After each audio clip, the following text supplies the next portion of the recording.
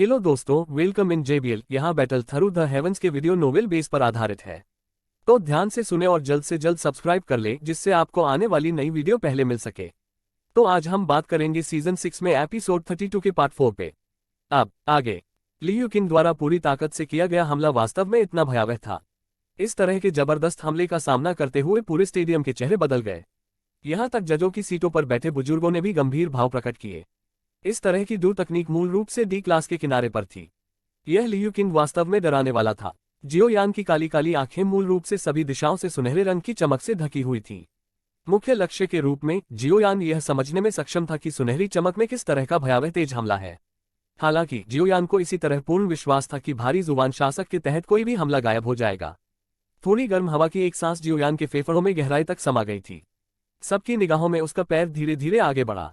उसके हाथ में भारी जुबान शासक को उसके सिर के ऊपर उठाया जा रहा था।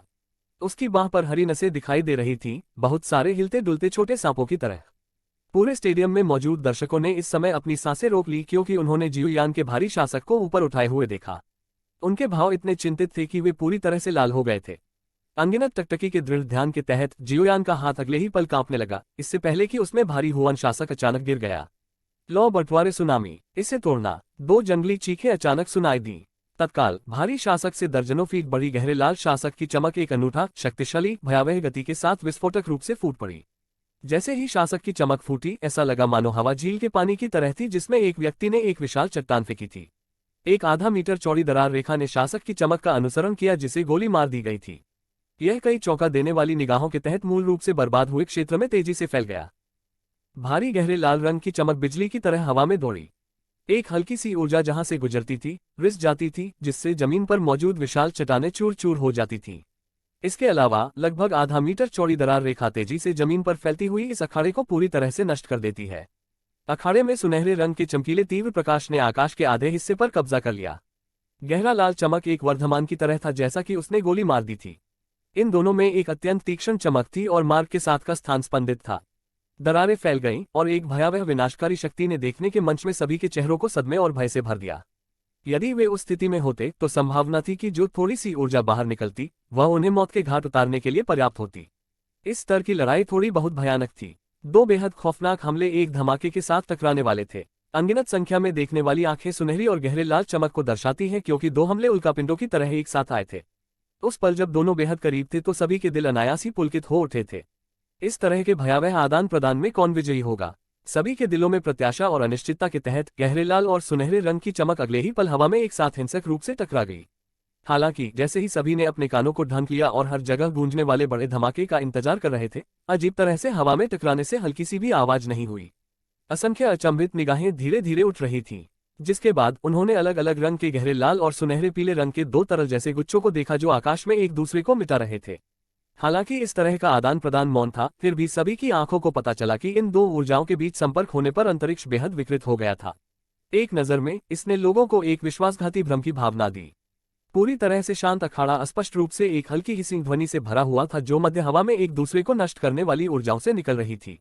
गहरा लाल और सुनहरा पीला बहुत बड़े बादलों के दो समूहों की तरह था, जो अखाड़े के ऊपर आकाश को ढांकते थे। प्रतीत होता है कि शांत आदान प्रदान में दूसरे पक्ष को निगलने का विचार था। जियो यान की टकटकी हवा में भारी ऊर्जा के दो समूहों को गौर से देख रही थी। रूलर ग्लो के रूलर चले जाने के बाद ऐसा लगा जैसे उसका पूरा शरीर थक गया हो। उसका चेहरा कागज की तरह पीला पड़ गया था और उसका शरीर कांप रहा था। यदि उसके हाथ में भारी शासक ने जमीन से संपर्क नहीं किया होता तो संभावना थी कि उसका पूरा शरीर भी स्थिर नहीं होता। स्पष्ट रूप से इस बार लो फटने वाली सुनामी ने जियो यान के शरीर के भीतर डूबी हुई के आखिरी हिस्से को पूरी तरह से खत्म कर दिया था। जियो यान की तुलना में लियू किंग थोड़ा बेहतर दिखाई दिए। हालांकि उनकी अभिव्यक्ति कागज की तरह ही सफेद थी।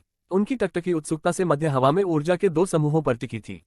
वे बार बार एक दूसरे को नष्ट कर रहे थे और निगल रहे थे।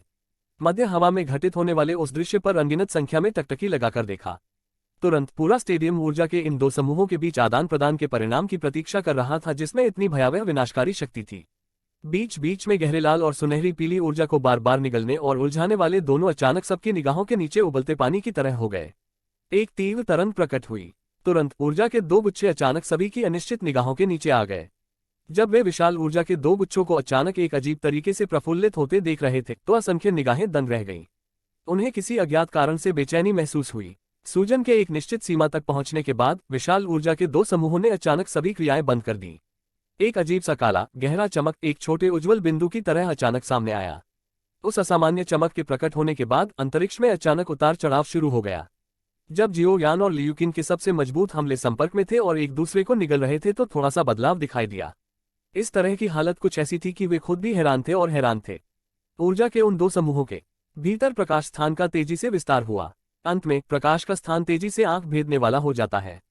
इस समय अंतरिक्ष की तरंग तेजी से तीव्र हो गई थी। न्यायाधीशों की सीटों पर बैठे सभी बुजुर्गों की भौहें तनी हुई थी क्योंकि ऊर्जा के संपर्क में आने पर वे थोड़े से बदलाव को देख रहे थे। डी क्लास और उससे ऊपर की डाव तकनीकें अपने हमलों को मजबूत करने के लिए प्राकृतिक ऊर्जा उधार लेने में सक्षम हो सकती हैं।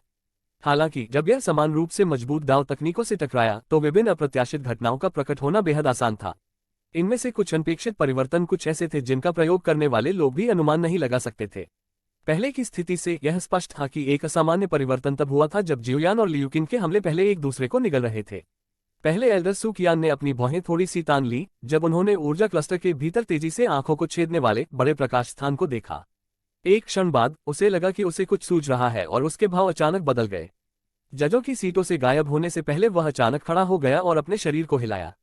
जैसे ही सुकियान गायब हुई, आकाश में दो प्रकाश धब्बे गुब्बारों की तरह दिखाई देने लगे जिन्हें छेद दिया गया था। एक अजीब जंगली और हिंसक प्राकृतिक ऊर्जा तुरंत आकाश में फैल गई।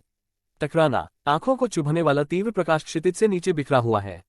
जैसे जैसे प्राकृतिक ऊर्जा हिंसक होती गई, गहरे लाल और सुनहरे पीले ऊर्जा समूह अंततः ऊर्जा के असामान्य संचलन का विरोध नहीं कर सके। तुरंत एक भयानक गड़गड़ाहट जैसा विस्फोट जो एक बेहद भयावह हवा का झोंका लेकर आया, ऊपर से आया। आंधी जहां भी गुजरी अंतरिक्ष में लहर दौड़ गई। देखने वाली दीर्घा में अनगिनत संख्या में लोगों ने चौंकने वाले हाव भाव पहने थे क्योंकि वे तेजी से फैल रही ऊर्जा की आंधी को देख रहे थे। भले ही वे दूर थे फिर भी वे भीतर की भयावहता को महसूस करने में सक्षम थे। यदि यह आंधी चारों ओर फैल जाती तो संभावना थी कि उनमें से शायद ही कोई बच पाता। Space lock. समय के साथ एक पुरानी आकृति अचानक हवा में उड़ गई। एक ठंडी चीख सुनाई दी और उसके शरीर से एक अजीब सी ऊर्जा निकली।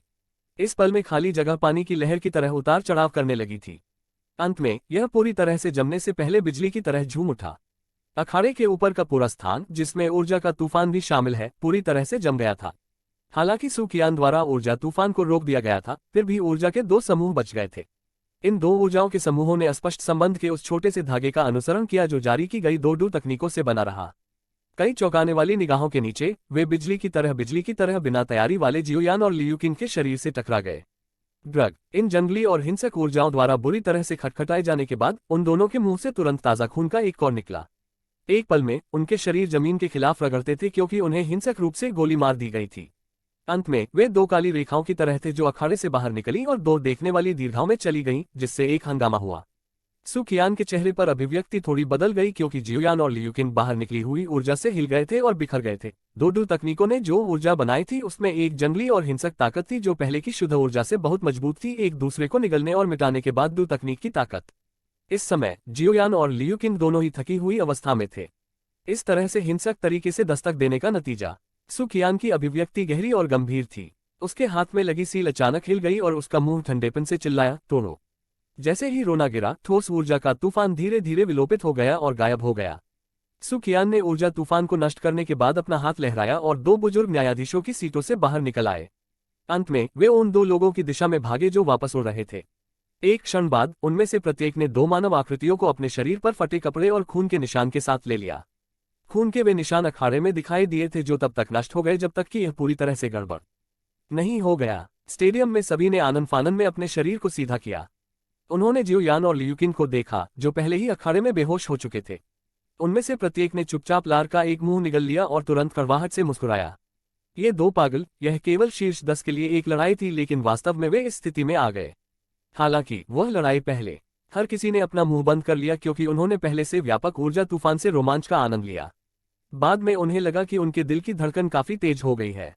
सुकियान ने अपना शरीर हिलाया और अखाड़े में दिखाई दी। उसने उस अखाड़े को देखा जो पूरी तरह से बर्बाद हो गया था और बेबसी से अपना सिर हिला दिया। ऐसा लग रहा था कि इस मैच ने मजबूत रैंकिंग ग्रैंड कॉम्पिटिशन के कई सालों में सबसे बड़ी तबाही मचाई है। सुकियान ने अपने शरीर को नीचे किया और डूक्यूई की दो लहरें बेहोश जियोयान और लियूकिन पर आक्रमण कर गईं। एक क्षण बाद सुकियान ने राहत की सांस ली। सौभाग्य से गंभीर चोटों के बावजूद उनकी जान जोखिम में नहीं थी। आकृतियों का एक बड़ा समूह भी ऊंचे मंच से नीचे आया और तुरंत पहले एल्डर सू कियान और अन्य लोगों के आसपास इकट्ठा हो गया। यान हाओ ने चुपचाप लियू किंग की तरफ देखा, जिसका शरीर ताज़ा खून से लथपथ था। उसकी आंखों में अनायास ही एक अजीब सा भाव उभर आया। वह बुदबुदाया, यह वास्तव में अप्रत्याशित है। यहाँ तक लियू किंग की ताकत के बावजूद जियोयान ने वास्तव में उसे इतनी दयनीय स्थिति में बदल दिया था। उसकी ओर से लिन शियुआ ने शांत भाव से थोड़ा सिर हिलाया।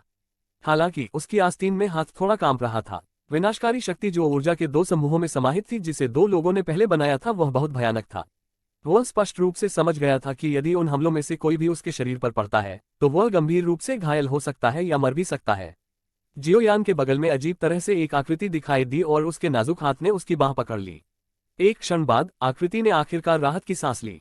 वह मुड़ी और वू हाओ, हू जिया और अन्य लोगों की ओर मीठी मुस्कान बिखेरते हुए बोली, आराम करो, वह ठीक है। सू कियान की बूढ़ी आंखों ने एक सुनेर का अध्ययन किया जो नीचे चमक गई थी। वह थोड़ा चौंका और तुरंत दोस्ताना तरीके से मुस्कुराया, जैसे उसने कहा, आराम करो, वह ठीक है। सू कियान की दोस्ताना हंसी सुनकर उसके पक्ष के लोग थोड़े दंग रह गए। सू कियान ने आंतरिक अकादमी के भीतर एक अत्यंत उच्च पद धारण किया। उनकी भयावह ताकत को जोड़ते हुए शायद ही कोई ऐसा व्यक्ति होगा जिसके पास उसके द्वारा इस तरह से व्यवहार करने की योग्यता हो। एक सुनेर ने सू कियान को देखकर मीठी मुस्कान दी, लेकिन कोई जवाब नहीं दिया। उसने कुछ दिल का दर्द महसूस करते हुए जियोयान के चेहरे पर खून के निशान रगड़कर उसकी मदद की। पहले बुजुर्ग, अब जब ये दोनों बेहोश हैं तो इस मैच का विजेता किसे माना जाए? एक बुजुर्ग ने दो बेहोश व्यक्तियों को देखते हुए अचानक झिझकते हुए पूछा। ये शब्द सुनते ही आसपास के लोगों के कान खड़े हो गए। यह सबसे अहम मामला था। सू कियान की भौहें थोड़ी सी बुनी हुई थीं। उन्हें निर्णय लेने में थोड़ी कठिनाई हुई। नियमों के अनुसार उन दोनों को अखाड़ा छोड़ने के लिए माना जा सकता है। इसके अलावा वे वर्तमान में बेहोश हैं। यह स्पष्ट रूप से कहना मुश्किल है कि कौन। सू कियान की आवाज अभी गिरी ही थी कि एक हाथ जो ताजे खून से ढका हुआ था, धीरे धीरे चारों ओर से कई चौंका देने वाली निगाहों के नीचे बड़ी मुश्किल से उठाया गया। खांसी, मुझमें अब भी सांस है।